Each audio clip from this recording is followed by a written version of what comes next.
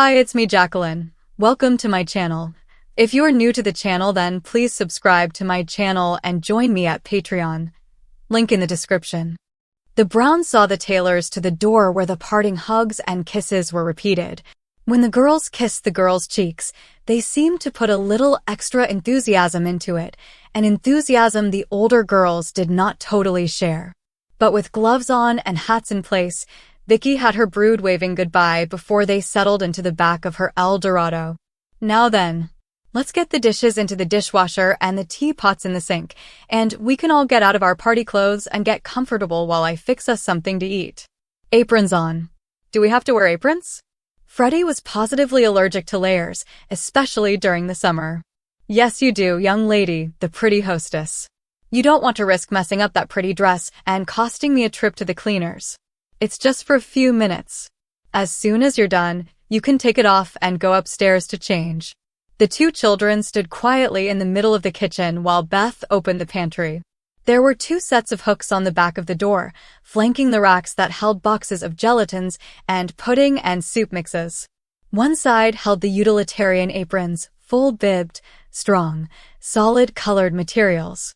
The others held their hostess aprons, two sets. One set was bibless, just enough to cover a flared skirt in case of an accidental splash. The others had low bibs that covered the abdomen. Both sets were edged with ruffles. Both were made of flowery material, greens and yellows, reds and blues, with touches of browns and navies, varied enough to complement almost any summer frock. Ta-da! Beth produced the bib set with a flourish. Before Freddie could mount another protest, each child was laced into an apron, round strings of the material tied behind their necks to hold up the bibs. Beth's fingers flounced the curls of her children's heads to make sure they weren't tangled in the strings. But she took pleasure in positioning the curls just so, feeling the crisp circles of hair warm in her hand. So pretty. I do good work, even if I do say so. Despite Alex. Wouldn't he have a fit to see his Alexander now? Such pretty curls, all sugar and spice. And loving it. Now fetch. Quick, but don't hurry. Plates first. The children had the procedure down. Freddie would take things from the table and Sandy would carry them into the kitchen. Plates, then saucers, then the tray with the sugar and creamer, the bowl and silver. Empty cups came, dangling 3 from each hand. Sandy's arms carefully extended away from his skirt, the fingers little hooks. But it was Freddie who brought in the pots, still deemed too heavy for her little brother. There, aren't you mother's little helpers? Give me sugar. Beth bent down to plant wet smacks on her children's cheeks. I'm so proud of you too. You were so nice to your guests today. Freddie blushed just ever so little and looked down, somehow feeling a big girl of 9 shouldn't have to make such a fuss over such a little thing. But loving it anyway. Sandy just beamed. He was mother's pet, and he loved it. To be praised by her was still his biggest joy, even bigger than being paid attention by Sam. If she wanted him to wear pretty dresses and have his hair done and perform in pageants, then he would do that his best. Even more than his liking that anyway. Now scoot upstairs and change. Mommy? Yes, Sandy. Could you come help me? Yes, sweetheart. Go on up while I finish down here. I'll just be a minute. Beth watched the two skip through the door, Sandy's sky blue petticoat dress with a silver bow trailing behind Freddie's yellow empire with a cornflower blue sash. So lovely. If I could just dip them in amber and keep them this way forever. Oh well, a keepsake photo will have to do instead. It took Beth 5 minutes by the clock to finish up, the teapots cleaned and drying in the rack, the dishwasher running a short cycle on the rest of the tea things. The cups she and Vicky had used had been the most trouble. She always removed the clinging lipstick by hand. The children were not of an age to use lipstick other than for pageants, so their cups had gone straight into the dishwasher. Knock, knock. Are you decent, my little lamb? You can always come in, Mommy. That won't last much longer. Thank you, sweetheart. Are you having trouble getting changed? A little. Sandy was standing in the middle of his room. Only his shoes and stockings had made it off. What seems to be the problem? I can't reach. You'll have to learn sometime. Mommy can't always be around to be your personal maid. Sandy giggled. Like Angela? Beth glanced at Sandy to make sure he wasn't having trouble with the laces before she opened the door of the walk-in closet. Sandy's head was down, curls draped down the back of his head, as he fumbled with the bow at the top of his corset. On one side, the closet was filled with pageant and dance gear, gowns, petticoats, shoes, crowns, and 3 wig heads with curled hair pieces pinned on, a cascade, a mini fall, and a 2-foot-long fall. Beth made a mental note to box up the smaller dresses once school started to sell at the Chatham Dance Academy rummage sale. The other side held the rest of Sandy's wardrobe: party dresses, school uniforms, play clothes, exercise suits, skirts, and blouses.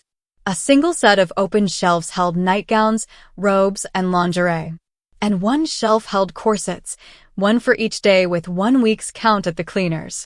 Beside the shelf stood his clothes hamper, empty except for 2 corsets since Angela had run their wash that day.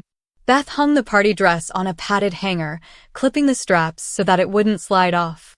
From the pageant side, she took down a wooden hanger to hold Sandy's petticoats. Beth stood between the racks for a moment, enjoying the faint cedar odor as she ran polished nails over Sandy's half-dozen party dresses that ranged in color from ice blue to plum. Beside them hung Sandy's Christmas party dress from last year. Can Martha get another year out of this? Or do I need to take him to Nashville? We'll see how much he will have grown by Halloween. When Beth emerged, Sandy had his corset loose and had swung his petticoats around to attack the snaps. He looked up at the sound of the lattice door closing. Why do I have to wear this thing, Mommy? I feel so much better when it's off. I've told you 100 times, Sandy, that you need to wear corsets to train your figure, to develop your waist. Besides, it helps your posture. But Freddie doesn't have to wear one every day. Sandy unsnapped the outer petticoat and lowered it down to the floor. Freddie's a girl. She doesn't need as much help as girls to have a waist when she's grown up. It's not fair. Sandy handed the snow-white petticoat to his mother. You and she aren't the same, so you two need different things. You want to be attractive to Samantha, don't you? Sandy nodded as he fumbled with the snaps. You do like it when Samantha says you're pretty, don't you? Sandy lowered the sky blue petticoat to the floor, stepping out of the material. Oh, yes, I like it that she likes me. Beth clipped the blue petticoat to the hanger opposite the white one. Will I have growth someday? Alexandra Brown. That word is not ladylike. If you must talk about that, say bosom or breasts. Upper part is so crass. And why ever are you asking about that? I was just wondering. Linda Blanche's brother Seeley has to wear a bra now, and I thought if I had bosoms, I might not have to wear a corset anymore. Let me hang up your petticoats and we can discuss it while you get dressed. Beth shivered as she entered the closet. Oh my darling girl is growing up faster than I thought. Beth paused in the closet doorway, glancing over Sandy's room. It was a typical girl's room for the son of a fairly successful businesswoman. Since Alexandra was the apple of his mother's eye, it might have been a little more ornate than his friends, but a mother was entitled to spoil her youngest a little. And he was so sweet, almost never needing corner time since the terrible twos, that Beth couldn't resist giving him something special from time to time.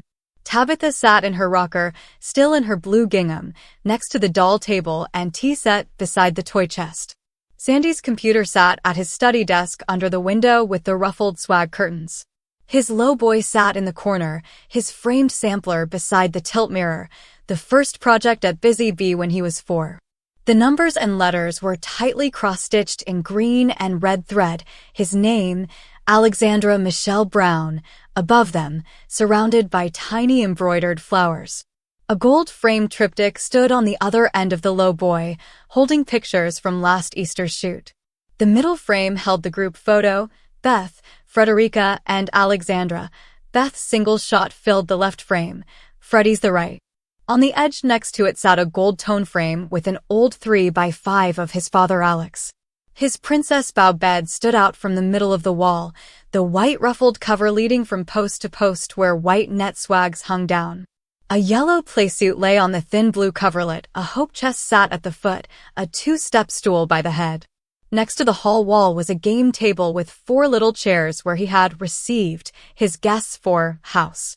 2 framed posters hung on the corner walls, one of a pair running through a field of wildflowers, their hair and skirts flying in the wind, the other a view of Nashville's Parthenon. A dark blue field oriental carpet copy filled the space before the bed, the edge 3 feet back from the door. It complemented the light yellow wallpaper with small red and blue ribbon bouquets. It lay over an ivory carpet that provided a measure of warmth to the toes on cold days and a modicum of soundproofing to the dining room below. A beveled oval pier mirror hung on the white door. A slight tilt at the top made it more useful for Sandy to view his 4-foot frame.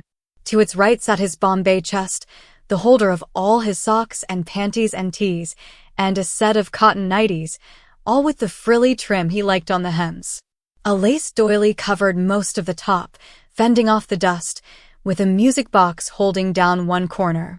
On the other was an 8x10 in a pierced gold-toned frame of Sandy in an ice blue pageant dress, its skirt spread out by 4 petticoats color-graduated from blue-white to French blue. His smile was wide and genuine as he balanced his crown while clutching his first gold ribbon trophy. That had been 2.5 years ago. The display case next to the chest now held 10 crowns and sashes and almost 24 trophies and ribbons from his monthly performances. Please subscribe for the next part and visit my Patreon page for early access.